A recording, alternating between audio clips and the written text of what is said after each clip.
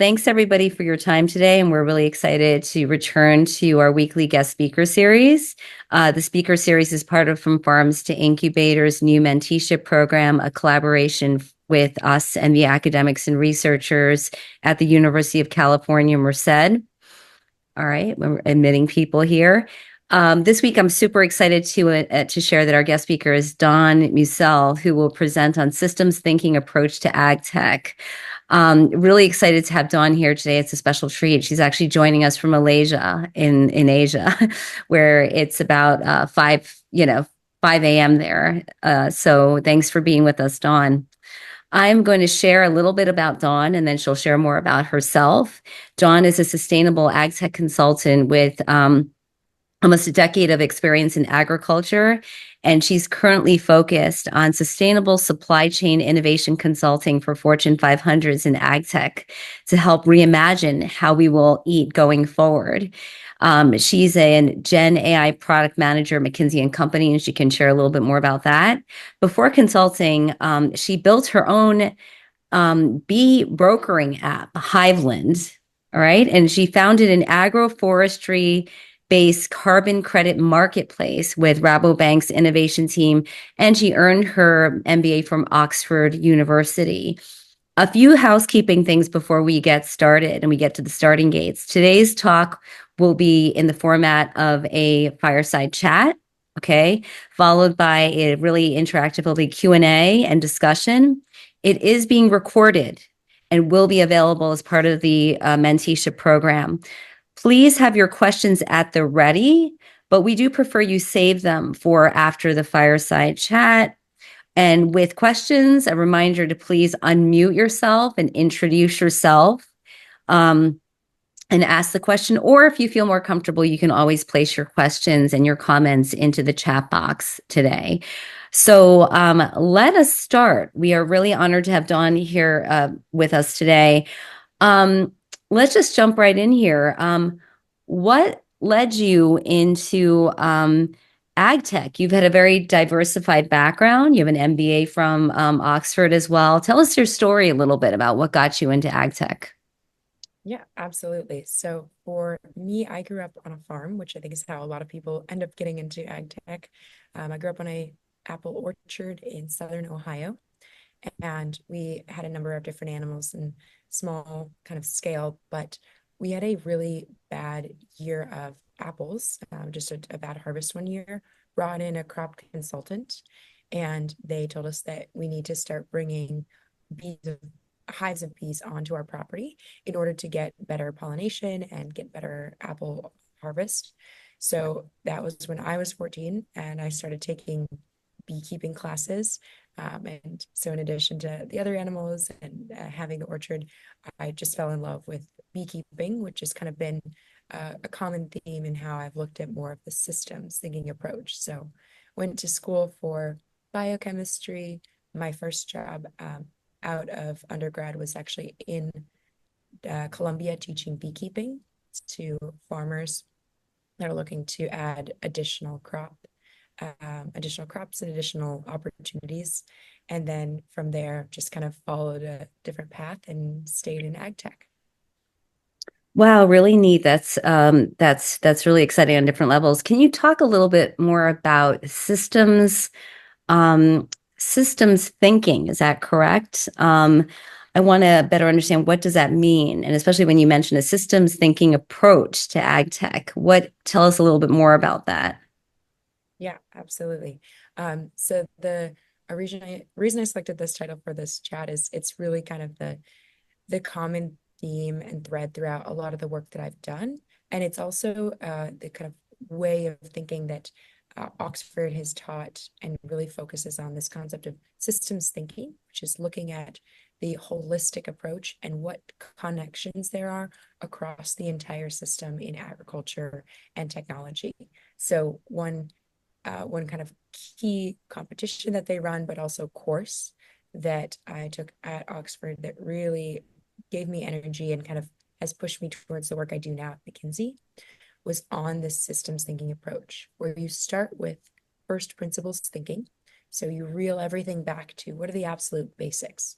So for example, we take kind of agriculture for granted of, well, we have these processes set in place of how we grow food. But if we think about it at its very basic level, it's we are turning sunlight into calories. And what could that be? And that's how we kind of get these thoughts of vertical farming, of genetic modifications, of lab grown meat. We kind of get these new innovations here.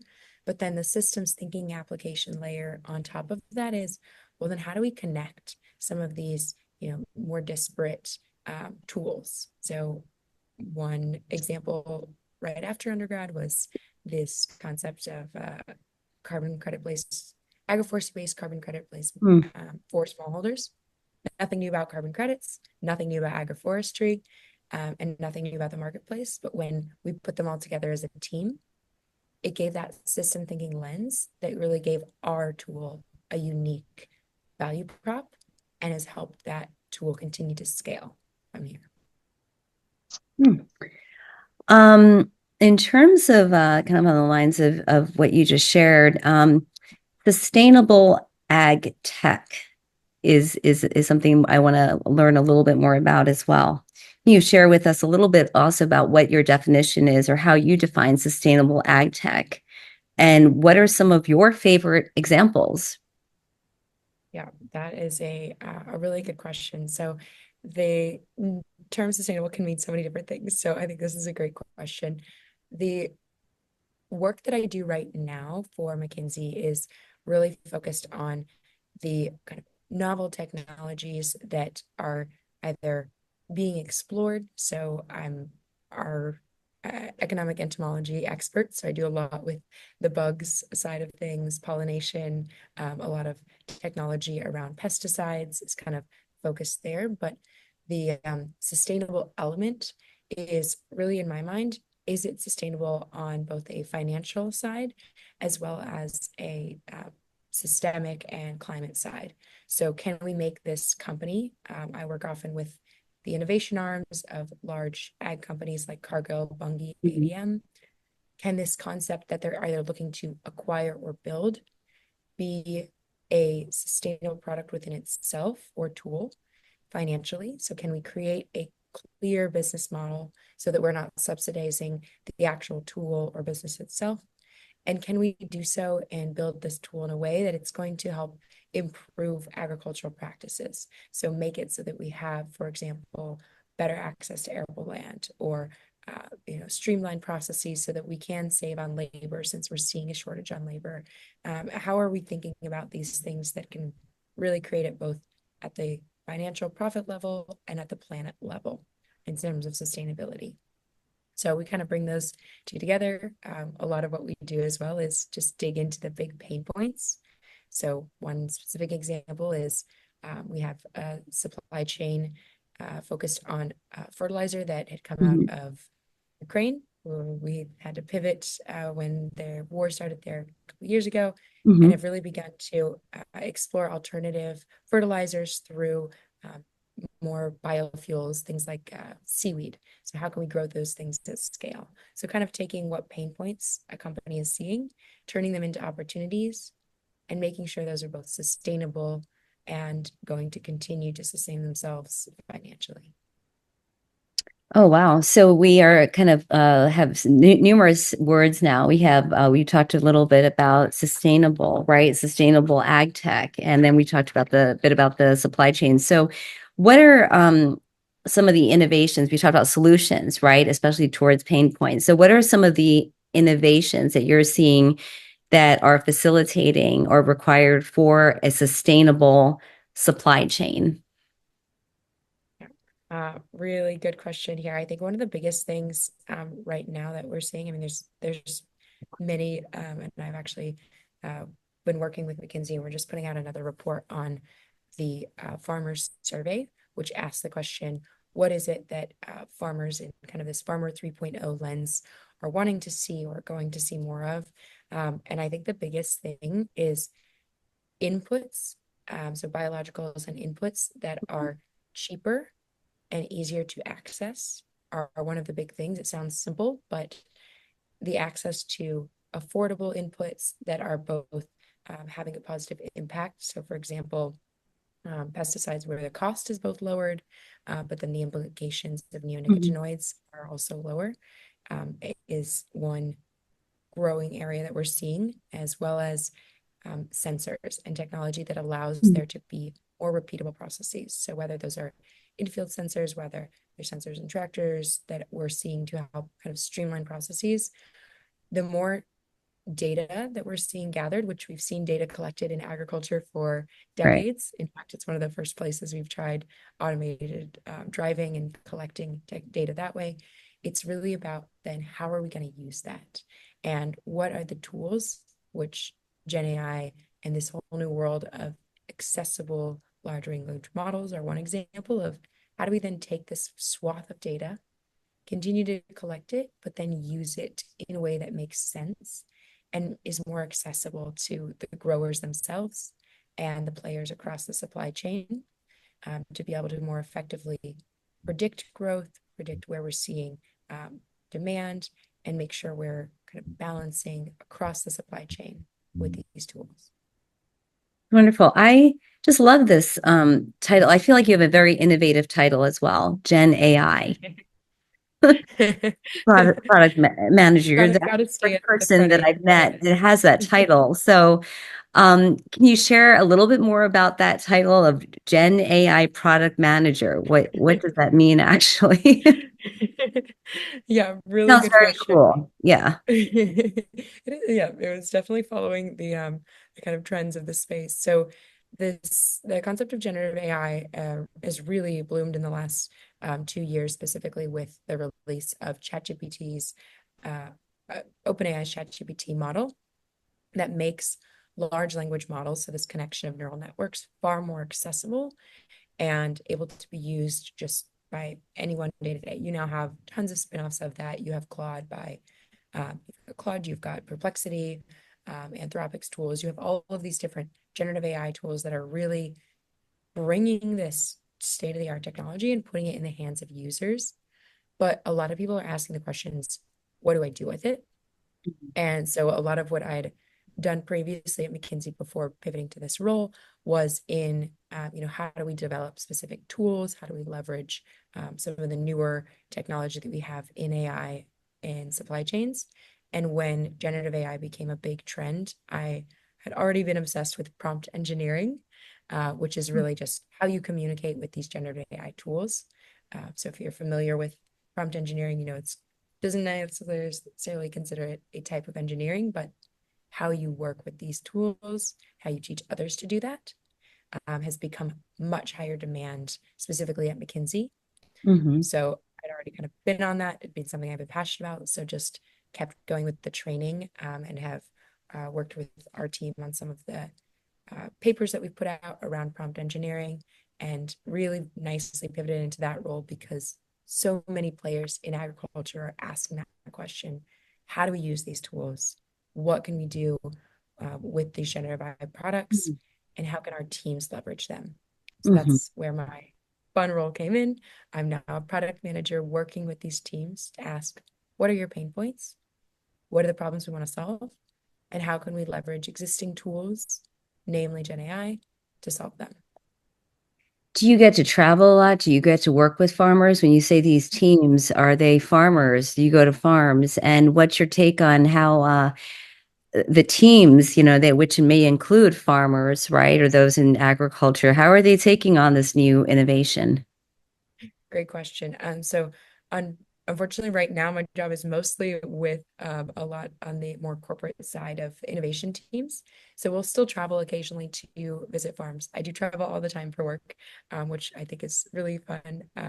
There's a lot of travel mostly across the US, but right now, for example, we're actually visiting a few different locations around Asia for one of our clients. And their big question has really been around how do we reimagine the some elements of aquaculture. So Hmm. can't get into too many details around the specific project itself, but it means that we're then visiting aquaculture facilities and looking at some of their processes, going in person, asking questions. So we do get to work on the ground with both farmers, in this case, some of the fishers, but a lot of the time is spent then after collecting that data in the office with the innovation team saying, here's what we saw, and here's how we might be able to use some of these tools. So not teaching the kind of producers or growers on the ground how to use these tools as much as the teams that are already thinking about how do we serve these growers, these Mm. farmers, these producers, fishers more effectively. That's wonderful. Um, Before I turn it over to the Q&A, I want to learn a little bit more though. You are also an entrepreneur though. You created your own bee brokering app, right? Highland. Share a little bit about that journey. Like what inspired you to do that, and what a cool name, Hiveland. I like that. Yeah, great question. I love, yeah, whenever people see bee brokering, they're like, what does this even mean? So the pollination industry is a massive $20 billion industry. And it's this, if for anyone who's familiar with pollination, it's required for most of our plants. More than 70% of our plants require bees to pollinate. So literally move pollen from the stamen to the sepals in order to create fruit, to go from flowers to fruit. And because of the way our current agriculture processes work, this is usually separate from the growers themselves. So while I grew up, we had 40 acres of an orchard in one spot. We could keep our bees there. Many farmers don't actually manage their own beehives. So you have a huge marketplace that is actually operating on Facebook primarily Mm, that connects these farmers and these beekeepers. And these beekeepers will then travel with it's a truckload of anywhere from 40 to 300 hives and will move around the US. So you have migratory beekeepers mm, moving these hives, delivering them to almond groves in February for the first pollination, and then up to blueberries and apples in Washington, over to alfalfa, and then mm, back down to watermelons and melons down in Florida and Texas. So you have a kind of typical rotation that follows the seasons. And my personal experience as a beekeeper growing up is we had hives, we did pollination ourselves, but I also sold honey. And I'd also mm. learned that you could, if we had the same problem needing bees, probably others did as well, which is when I uncovered this marketplace that already existed. Wanted to be able to kind of rent out my hives to make extra money, and that didn't exist. And so as I got a little older and realized, oh, I can make a tool that does that, we made an app for that. So it was originally just a website with a very primitive Excel spreadsheet connecting people by zip code. And then it became a little bit more uh, complicated and elaborate. And we were then able to connect people, provide the logistics. So a driver to drive your bees, the contract negotiation, and then the delivery, and then some assessment to Mm. understand if we place hives more strategically, if we have certain practices like cover crops, how will that improve both the pollination yields and the health of the hives? So kind of creating these incentives throughout the system for better practices. Oh, wow. Lots of fun, lots of bee stings, lots of hilarious stories. And We'd like to hear some of that maybe down the road. That sounds like a lot of fun. I mean, what happened to Hiveland ultimately? yep. So we during the pandemic we were doing a lot of traveling, and there was a lot of kind of growth we had. So we had right, I think at the end of the year we had 60,000 ARR, or sorry, MRR, so monthly recurring revenue, which spread out throughout the year. We were doing decently enough with what we'd grown into, but we'd also been facing some challenges in terms of Mm, travel, COVID, mm, and at the same time, I was looking to kind of get a little bit more business experience. So I studied biochemistry, hadn't studied business, had learned a lot about business, but was kind of curious, like how could I actually kind of connect more of my right. excitement for agriculture with business? And we had an offer for our data to be Aqua hired. So Mm, they both acquired our data, and then I worked for this company UBs for a little bit, and it was a perfect transition as well, at the same time of getting a scholarship to go to Oxford. So it all worked out right. very seamlessly for transition.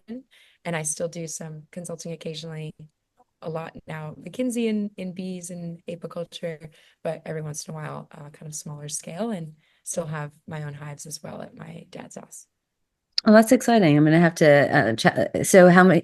What do you do with the hives? Do you still make honey and for yourself and your Yeah. family, Yeah. or? Mhm. Just honey now. We don't do any of the pollination movement, more just to kind of keep them and enjoy them for honey and pollination. I am going to open up the floor a little bit because we have, I'm sure there are other questions here, and we'd like to take the other questions from the audience and attendees. And a reminder that please unmute yourself, introduce yourself. Yeah, I'm Savio. I'm one of the mentees for from Farms and Incubators. I'm currently a student at UC Merced studying computer science and engineering. I'm trying to see the entire world of ag tech now. So, just really quick, you seem to have a diverse background in terms of biochem and then the farming background in your childhood, and now currently venturing into business, as well as having the Hiveland startup. So, with through all of these perspectives, what advice would you give to someone trying to break into ag tech, whether it's a startup, whether it's new technologies? For example, one of our previous speakers had mentioned that he sees uh, drones flying to kind of distribute pesticides in the farms. So what do you kind of see happening in the next 10 to 20 years regarding technology and careers? Yeah, absolutely. I think the biggest thing in terms of the tools that you can learn in this space is just how to learn new technology. So that sounds silly, but the rate of change right now is so quick that even 2 years ago, a job of Gen AI product manager didn't exist. So I didn't definitely didn't study it in college, and definitely didn't know that it was going to be an option, but in having a lot of fun with it. And I think that's the same for breaking into the industry is just asking questions. Like if it's the drones that interest you, there are applications there across the industry. Pollination is also seeing drones. They're trying to replace bees with pollination through both wind and with drone technology. And I think that the big trends across the board here is around kind of these AI tools. So what are they what are we going to be seeing shifting? A lot of it is going to be using more and more of these prompt engineering approaches because it's an easier way to program solutions. And then also the sensors, the IoT, the drones, the in-field technology. And you don't have to be an engineer on that side to know it. It's really more basics and understanding. So what do they do? How do these work in field and in vertical farms and in grower spaces?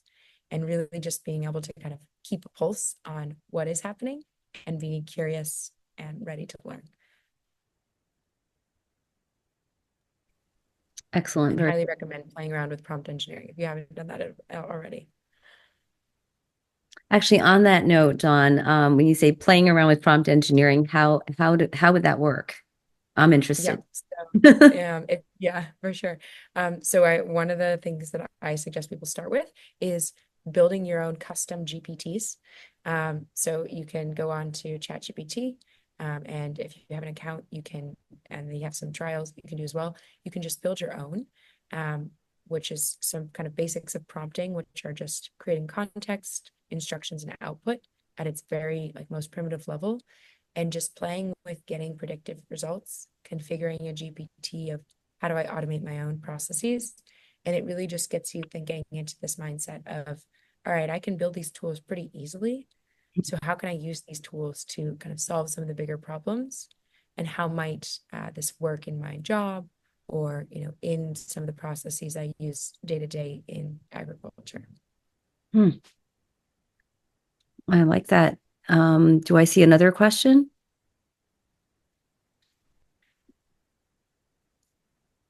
Oh, Laurel, are Yeah. you muted? Okay. Hi. Yes. Hi, my name is Laurel. I am one of the mentees with From Farms to Incubators. And my question for you is that you mentioned you're going, I think in the future, going to be working with aquaculturists. I was just wondering what your experience and knowing your diverse background now, if you had any experience with working with them prior, or if you know what that would entail. I was just wondering Yeah. what you were thinking that project would be like. Great question. So I'm working with them currently. That's what I'm doing here in Malaysia on this project right now. And my favorite thing about consulting is you never know what you're going to be working on. Your clients are these large companies where the topic and focus is what their problem is, and you don't always know necessarily what the solution or that focus area will be. So especially if you're curious about and not sure what specific area you want to go into,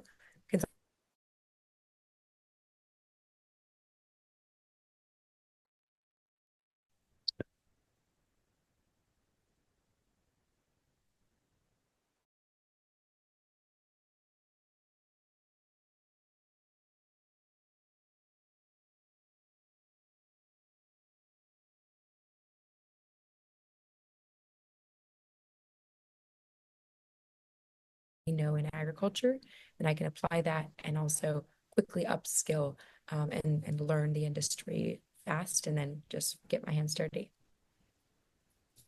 Oh, that's so interesting. Thank you. Yeah, for sure. Highly recommend testing out consulting if you're curious. Any other questions? So I have a lot of questions.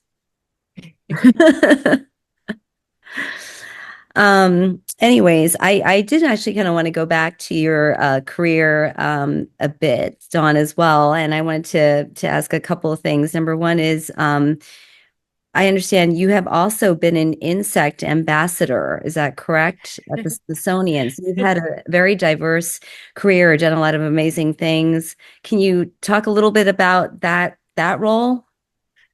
Yep. And So that's actually uh-huh.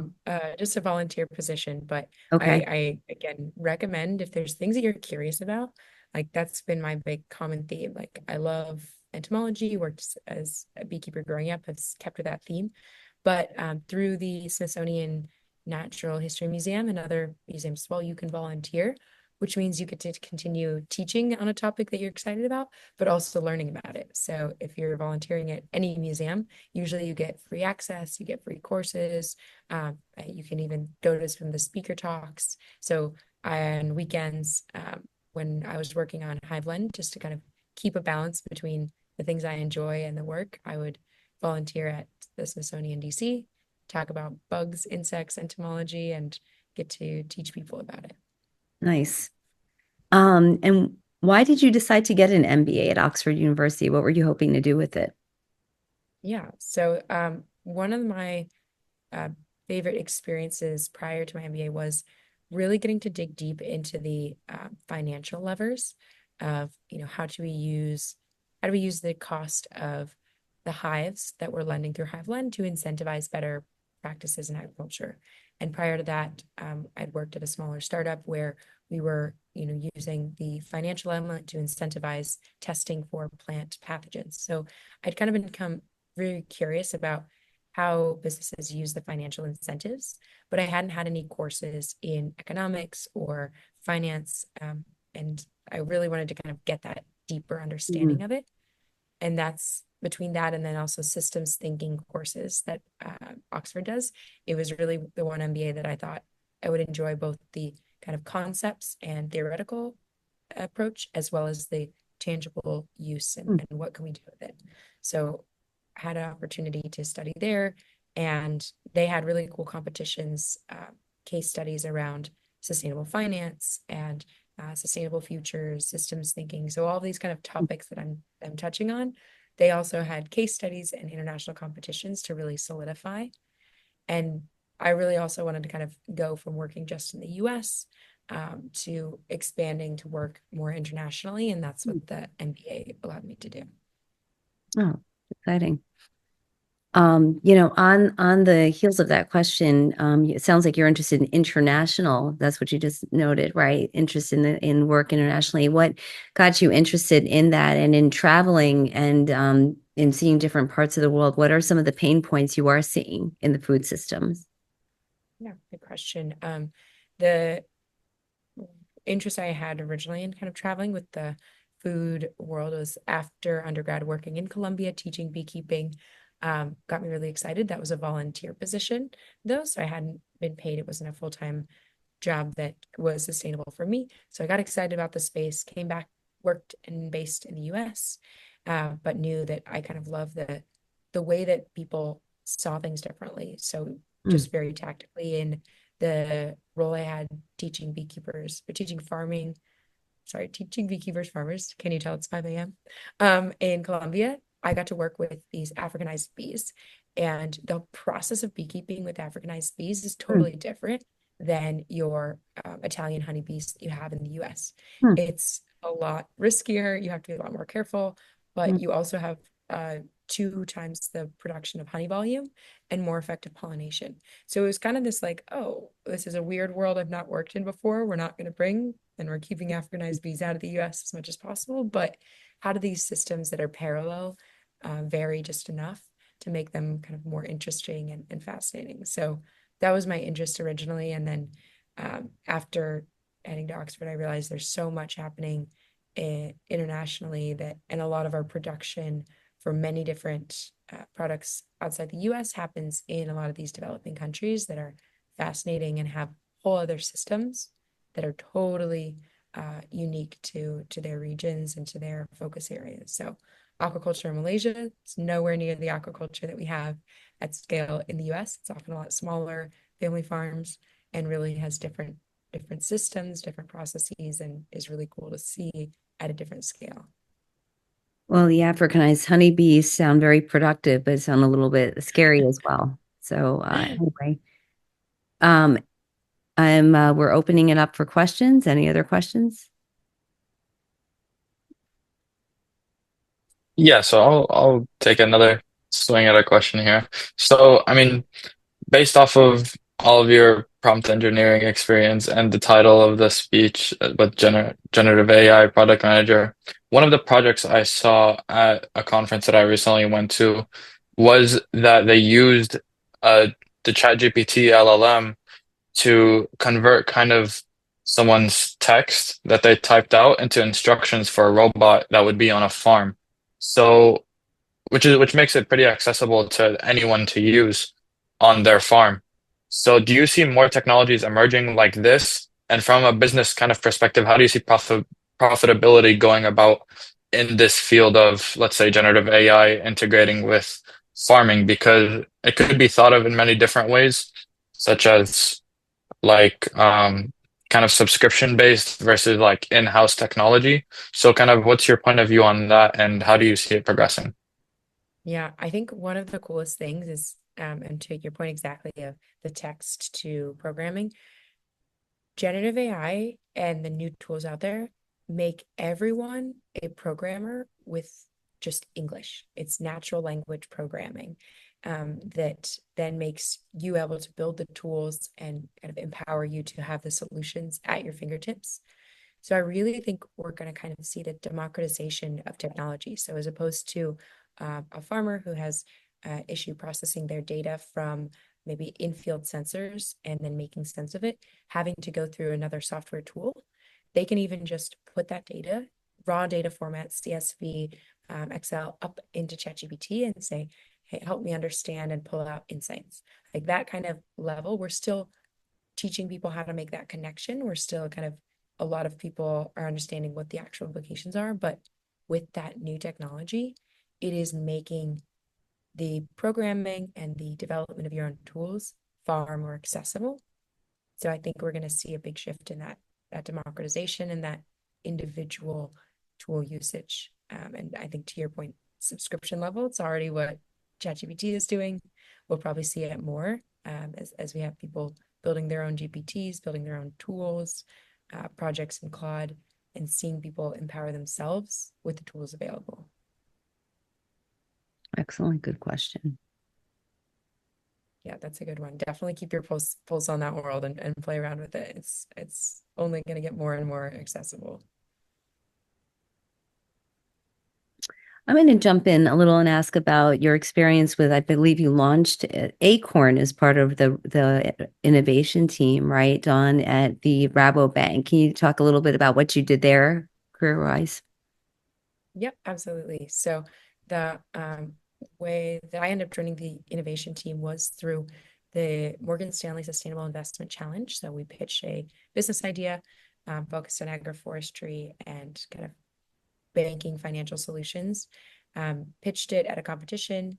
The Rabobank innovation team had seen it and said, hey, we're actually doing something similar, which is this program called Acorn. which stands for agroforestry, credits for organic and organic regeneration of nature.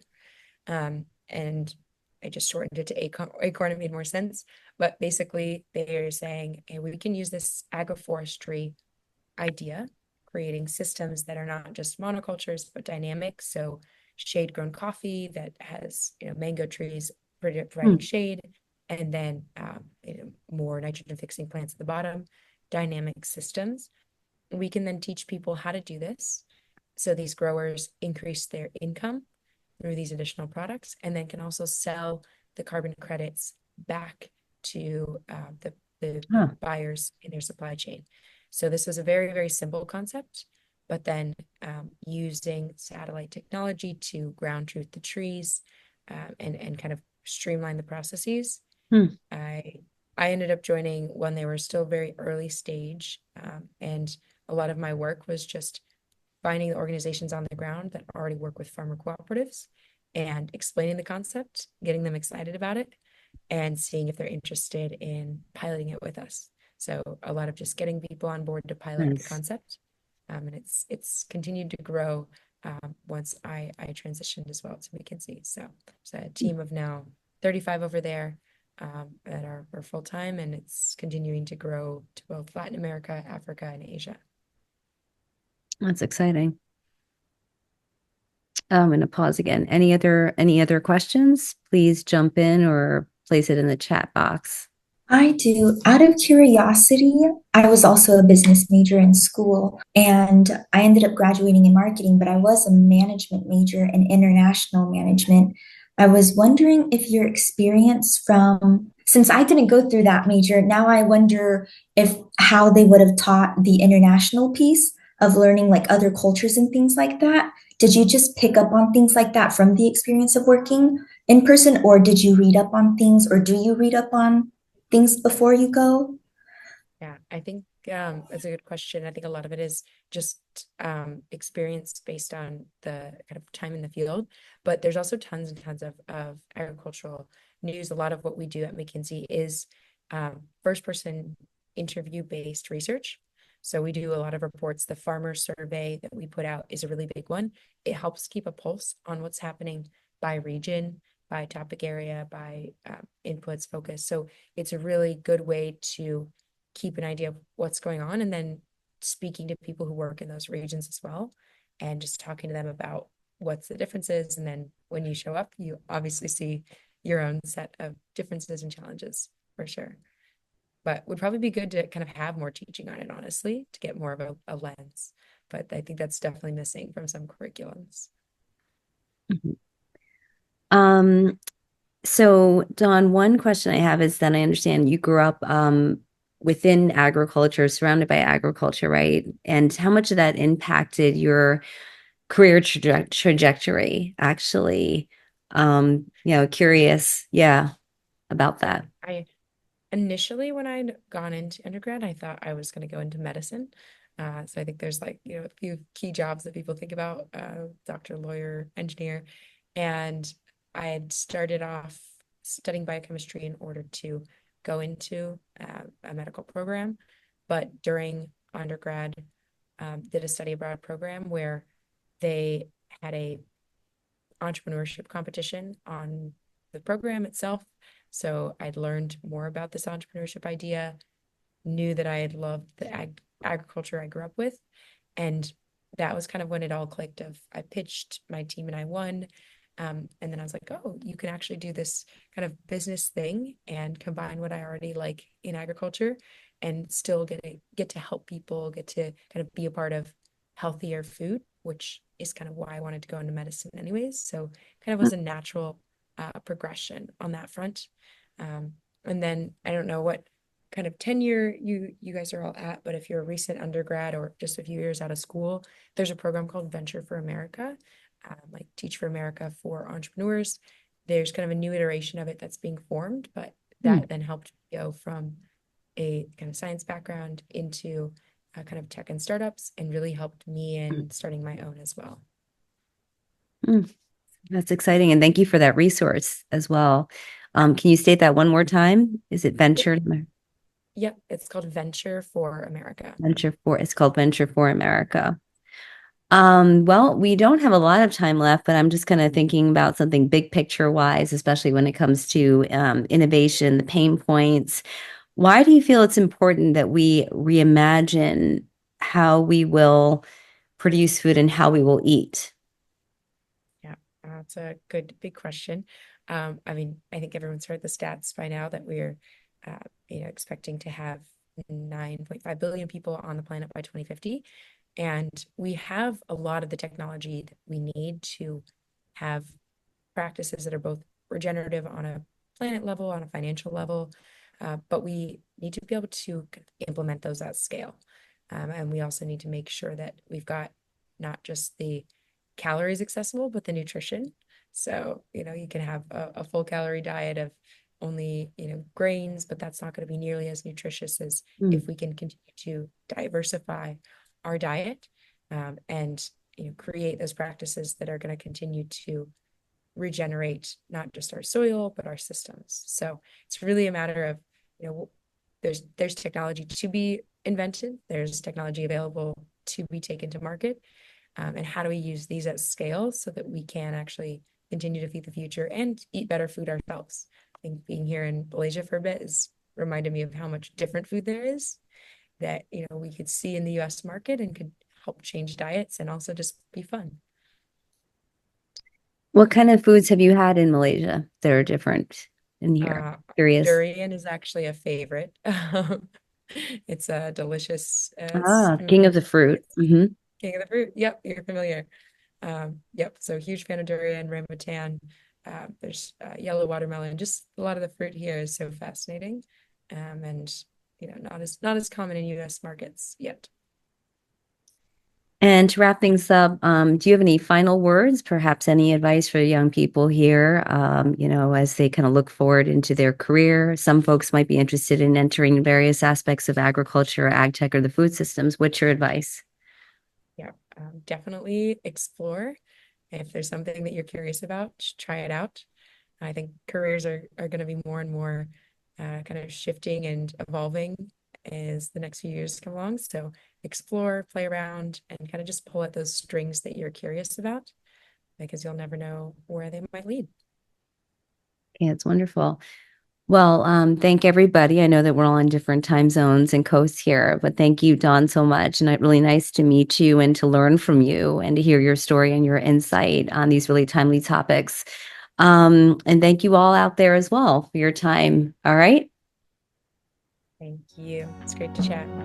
Okay. Bye-bye.